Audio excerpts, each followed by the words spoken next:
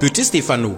L'artiste chanteur, auteur, compositeur de son vrai nom, Jah Yao Stéphane, est aujourd'hui l'un des piliers de la musique tradimoderne baoulé. Son objectif est de promouvoir la musique tradimoderne au plan national et international. Petit Stéphano a commencé sa carrière musicale en 1999 à l'âge de 9 ans avec le titre Cicatio issu de son premier album. Cet album intitulé Cicatio à cause d'argent comprend 6 chansons.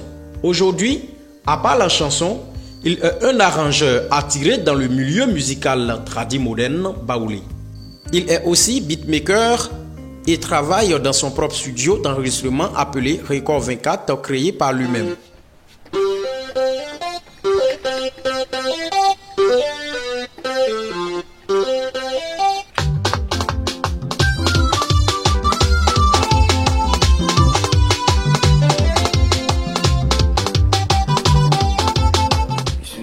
Aussi à l'arrangement par passion, puisque j'avais des mélodies qui me tournaient dans la tête, j'avais des structures, j'avais des blocages, il fallait le matérialiser et un peu.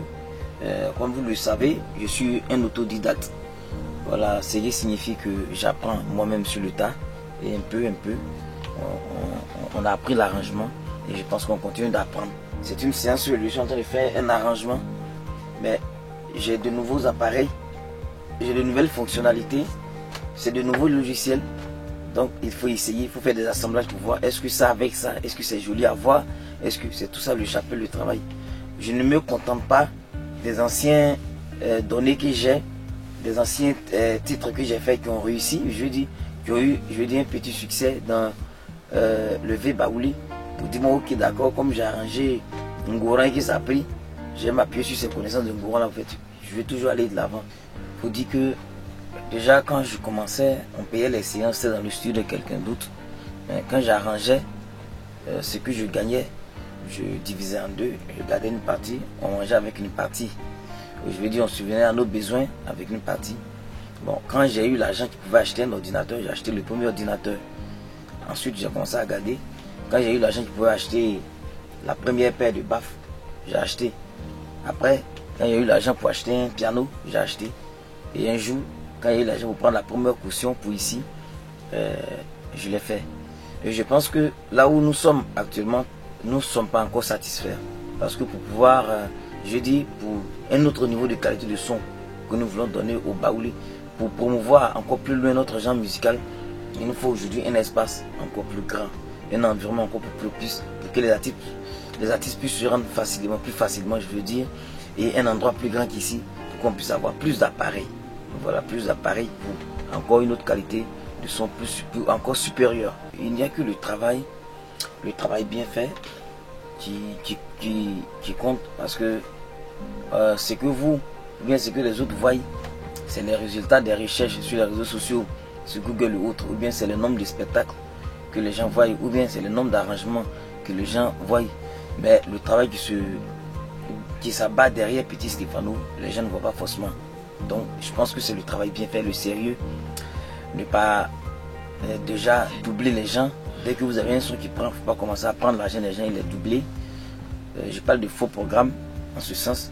Il ne faut pas partir à un spectacle et puis dire non, je refuse de prester parce que les baffes ne sonnent pas bien. Il ne faut pas partir à un spectacle et puis rester dans sa voiture et dire non, je ne joue pas parce qu'il y a trop la poussière.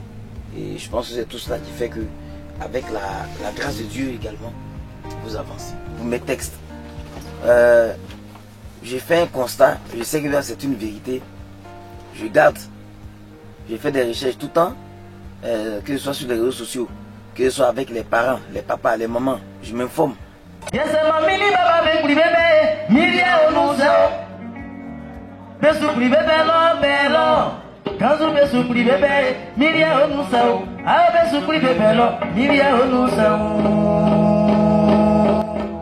Grand Laurent Manager, c'est le manager officiel de Petit Stéphano actuellement. C'est le propre grand frère de Petit Stéphano.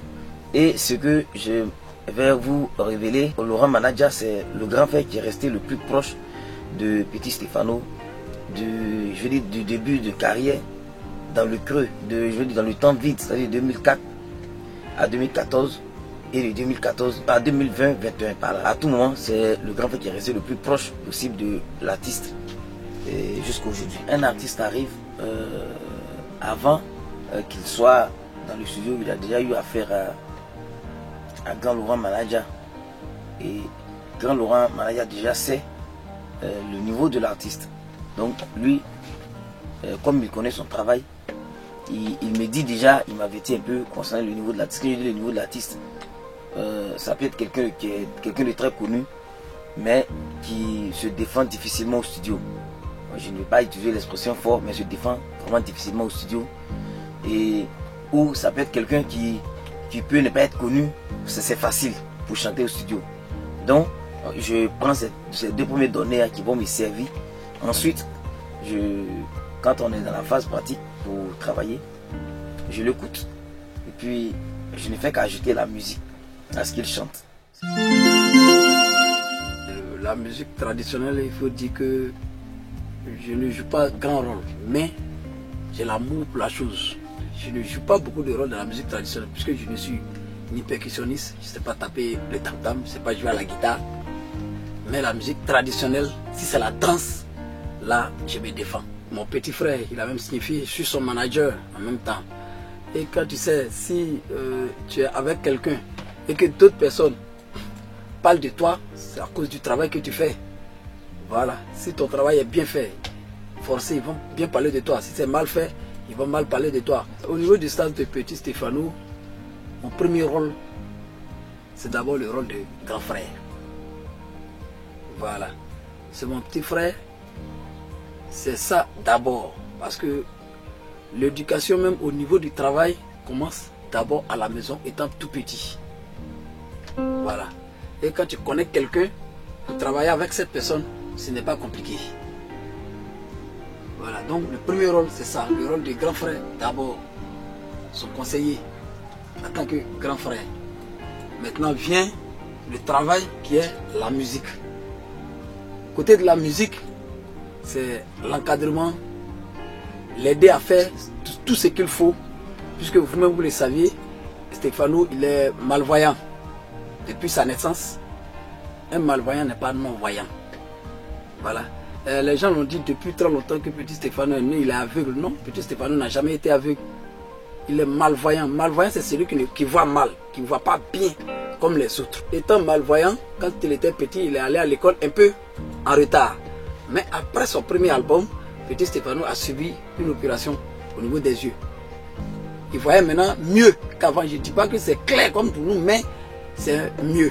C'est après ça qu'il est allé à l'école jusqu'à aujourd'hui, qu'il est arrivé jusqu'au bac et il a le baccalauréat. Donc, le premier rôle, d'abord au niveau de la musique, au niveau de l'encadrement, je suis son éclaireur, si je peux dire, m'exprimer ainsi. Voilà, c'est moi qui le guide, lui dis. Quand il dit, bon, on va dans tel coin, c'est moi, je suis d'abord devant et nous partons. Maintenant, concernant le travail encore, je peux dire, comme vous le savez tous, un manager, c'est celui qui trouve le marché pour son artiste. C'est celui qui fait avancer son artiste, c'est celui qui fait la publicité de son artiste. Voilà. Donc je pense que c'est le rôle que je joue un peu auprès de mon petit frère, Petit Stéphano.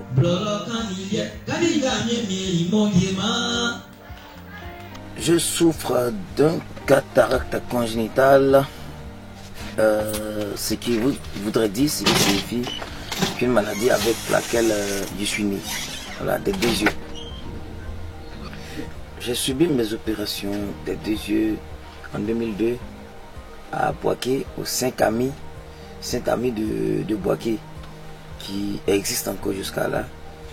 Le docteur en personne qui l'a fait, il est toujours là. C'est encore l'occasion pour moi de dire merci au personnel de l'hôpital, au docteur qui s'est occupé de moi pour l'opération, et dire merci au personnel, à tout le personnel de l'hôpital Saint-Camille de Boaké, et dire qu'en Côte d'Ivoire on a aussi de bons docteurs, on a de bons médecins, on peut faire confiance à de bons docteurs en Côte d'Ivoire. Je suis un père de famille et celle qui partage ma vie s'appelle Ata Ange. Patricia Divine, c'est l'artiste chanteuse que toute la Côte d'Ivoire, que toute l'Afrique aime.